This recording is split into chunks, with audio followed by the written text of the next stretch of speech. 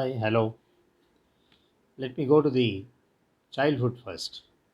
I was born in a very affluent family, a very learned family of doctors of four generations. In fact, I belong to the fifth generation of doctors, and my children, two daughters, have taken up the medical profession as dentists, passing on my legacy to this family of doctors. Childhood was very interesting, very mischievous. In fact, I was a very lovable child and a very pampered child in Triplicane, Chennai. At the age of 6, we shifted to Mandavali, the present house, and I joined a school here in this fourth standard. In fact, my childhood was spent in Triplicane, and I was promoted from the second standard to the fourth standard, which they call it as a double promotion, an award given for a good student of those days. And I joined the fourth standard in a new school here, and later on to a Raja Mutaya school at the level of fifth standard, which I completed there till the SSLC. That was the almost the 11th standard. The schooling was very interesting. I had good friends, and I still remember the days when all of us used to walk from home to the school, carrying a small tiffin box of curd rice and eating them in the afternoon. Just about 10 minutes was spent for eating. The rest of the 50 minutes was spent for cricket, a very favorite game of all of us those days. And also, after coming back at 4 o'clock home, we were on the streets playing cricket, what we call as a road cricket, and till it used to be very, very dark. In fact, reading and studying was very less, and most of the time was spent in playing. And we played different varieties of games depending on the season of those days, like the tennis, all with hands. There are no tennis rackets, and then what we call as the gilly, the top or the bumbaram, goalie, and so many other games. All sorts of games are played, and the entire childhood was spent playing. In fact, in the school, I was very good in Sanskrit, and I was writing articles and essays and in Sanskrit, and I was one of the favorites of my Sanskrit master. Suddenly we got a news that Sanskrit is not necessary to passing Sanskrit is not necessary to qualify yourself to go to the college. So I immediately slumped on that, and I did not give much of importance, and I scored just 12 marks in my final examination. But it was not a problem. I was still eligible to join the college. But the biggest stumbling block and the biggest disappointment came when I was told that I am running short by about 15 days. My age was short by 15 days to join college, and my results were withheld. Though I scored good marks, I was not given a pass to join the college. In fact, before that, my father was summoned by my headmaster, who was a very, very honest gentleman, a Gandhian, who called my father and told him that please change the date of birth so that he'll be able to join the college without any hazards.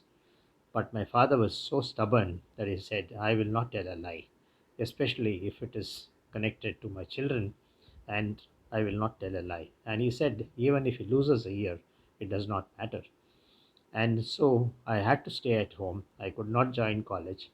And this has happened already to my sister, the same problem, similar problem when she was joining college. In spite of that, my father was not budging to this idea, and I had to stay at home. But of course, staying at home was not wasted. I learned French, which ultimately finished my diploma in that language, and also learned the important skills like typewriting and shorthand in that period. And then I joined the Vivekananda College for my pre university course. Not studying Sanskrit properly or not concentrating in that language had its own toll when I was doing my pre university course.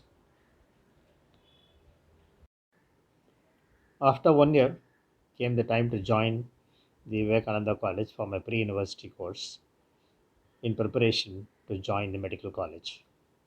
Sanskrit was one of the languages in that course, and unfortunately, I was bad that time. I did badly in the selection examination, and I was told that I will not be allowed to write the final examination. And that was a big shock of my life because if I don't write the examination now, then my joining medicine, my childhood dream or my life's dream, would go totally wasted. And I had no option in my mind, no other option in my mind, and I had to go and do the medicine. That was my only option available. Then I joined a tuition class in Sanskrit. I sacrificed all my games for about 4 months, and ultimately that hard work paid well, and I stood first in Sanskrit in the pre university examination. And I scored excellent marks in pre university, qualifying for medical course. Then came the second shock of my life. When I applied for medicine, there was an interview where all unnecessary, unwanted questions were asked, and ultimately I was not given the seat. I was shocked to see that, in spite of my best marks, I could not enter medicine. So it was the biggest disappointment in my life, and in fact, I cried very badly on this issue. Ultimately, I had to do a BSc course in chemistry in Presidency College for a year, one of my worst days in my life, where I really wasted all my time for that 1 year and did nothing worthwhile in that college. Very bad college, very bad students, and very bad course. Somehow I pursued to do medicine. I applied for the second time after 1 year and I got medicine, and it was a walkthrough. Till today, I have not really understood with the same marks why I did not get for the first time and why I got for the second time. This is the biggest puzzling question still unanswered for me. That is very interesting. Now comes the very interesting part of my life, my medical education at Stanley Medical College. It was a very interesting course, very good friends, very unforgettable course, and went off without much hassles. Then came my entry to the postgraduate course at All India Institute of Medical Sciences. In fact, it was a big story joining that institution. I had been to Delhi to my aunt's place for a vacation, and I was just walking across and I just went into a campus called the All India Institute of Medical Sciences. I did not know that it was a medical college. Accidentally, I met a friend of mine who told me that it is a medical college and we are all eligible to apply there. And after 6 months, he sent me the form, and also I also applied on my own, and I got into the institution, the premier institution of India, and one of my proudest moments in my life. In fact, the very interesting thing happened in the interview.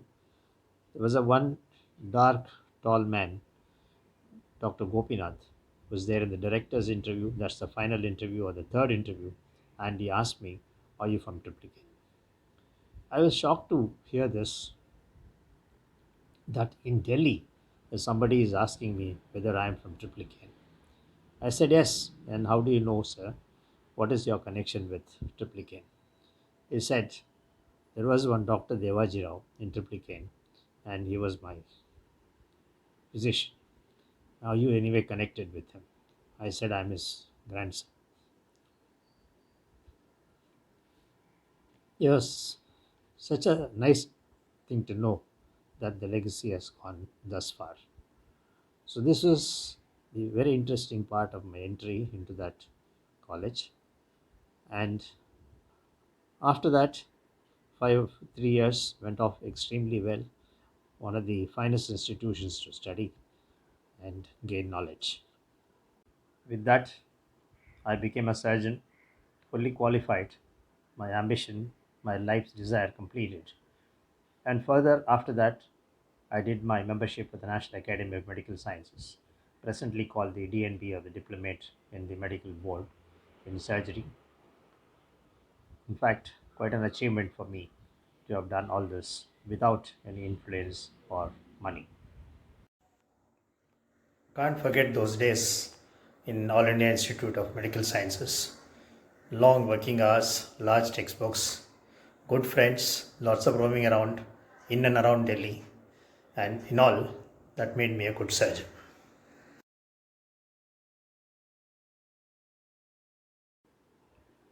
After working for about a year and a half in the All India Institute of Medical Sciences, I migrated back to Chennai to relieve my aging father from his work. I asked him to retire, and also my aging mother. Both were healthy anyway, and I just wanted to take over from my father.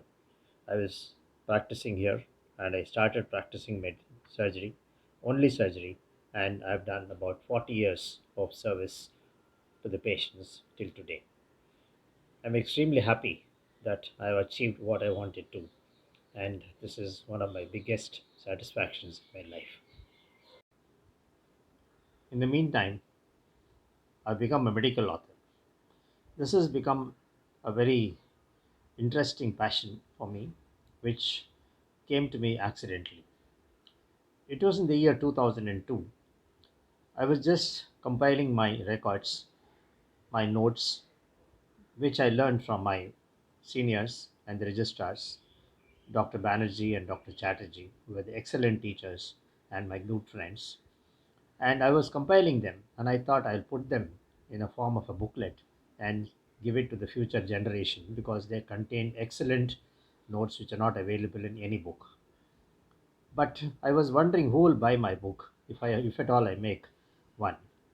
Then later I got in touch with JP Medical Publishers for the first time, and they gave a reply saying that they accept on principles to publish this book. And I got the first book published. Of course, it was not very professionally made, and but it was sold in a large number. Subsequently, requests came from the publisher, and I kept on writing books. And now I have written 14 books, and I have 17 books to my credit right now. About 14 from the JP Medical Publishers, 2 from the Elsevier, and there are just Kindle direct publishing books also. This has become a big passion for me, and I've been writing books comfortably, and also I've involved my classmates as contributors in my book, which is very important for me, which is called the Clinical Surgery Manual.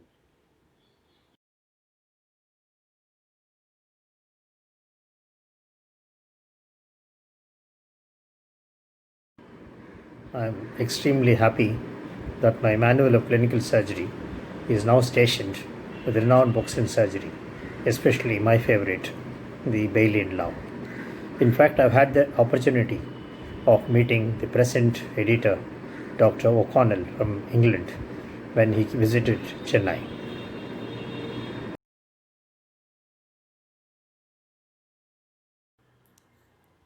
I've been a member of the Indian Medical Association, Chennai South Branch, for about 10 years now, and also I've become the president for this year 2020.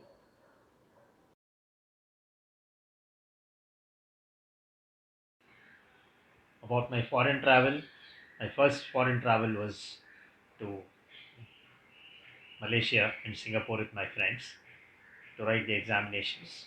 Later on to Sweden to present a paper in the World Congress in hepatology.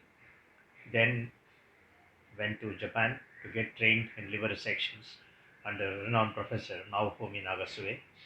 A lovely period of 3 months in Japan, and lots of information, lots of experience gained. After that, a domestic travel has happened to many places inside the country and also abroad with my wife for almost lots of other countries in the world. I really cherish the memories of my foreign travel with my whole family, especially to Europe in 2009.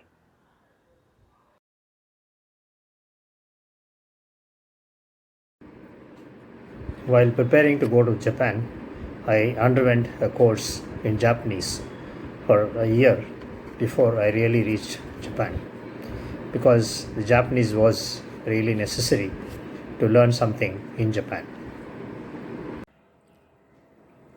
In 1979, the last year of my post graduation in Delhi, I chose to marry my first cousin, Kalpana, and since then, we've been leading a very happy married life.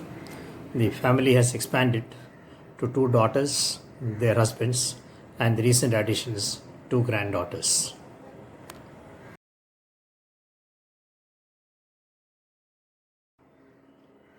Both the daughters and the second son in law are dentists taking the medical legacy forward, and the first son in law is an analyst in cricket. During my college days, I started playing lawn tennis. I became a very decent club player, and also I represented my college, Stanley Medical College, in lawn tennis. In all, I've had a very satisfied life without much hassles. Of course, there were some hurdles here and there, and I've not really traveled the path of roses, but there were a little thorns here and there. But fortunately, they were scanty, and the pricks were not very deep. So it was a very satisfied life. But the unfinished life or the unfinished task is that I could not take my parents and in laws around the world, which I wanted to. But unfortunately, by the time to make the money and the time to do all this, these people are already gone. That's the tragic part of this desire. Anyway, in all, it's a very satisfied life. The most unforgettable event was the Golden Jubilee celebrations of our old boy Stan Lumni 69, both at Chennai and at Bali. The sad part was that I broke my forearm bones in a freak accident which had to be fixed by surgery. Since 2018, I've been playing snooker, properly coached by a coach, and I'm really enjoying the game. And now in 2020, we're all tied up to the house under lockdowns due to the COVID attack. And for the past 5 months, we've been tied out to the homes and not able to perform anywhere. No professional work for the past 4 months. Very sad situation. We only hope that things will become all right soon.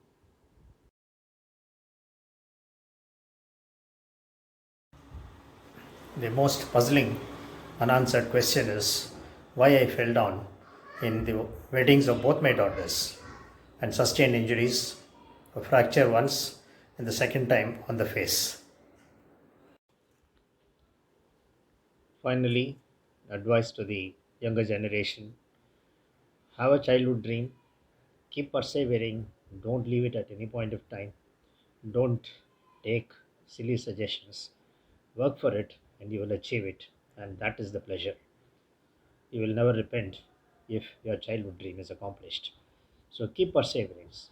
The perseverance is the most important part of your life. Wish you all the best.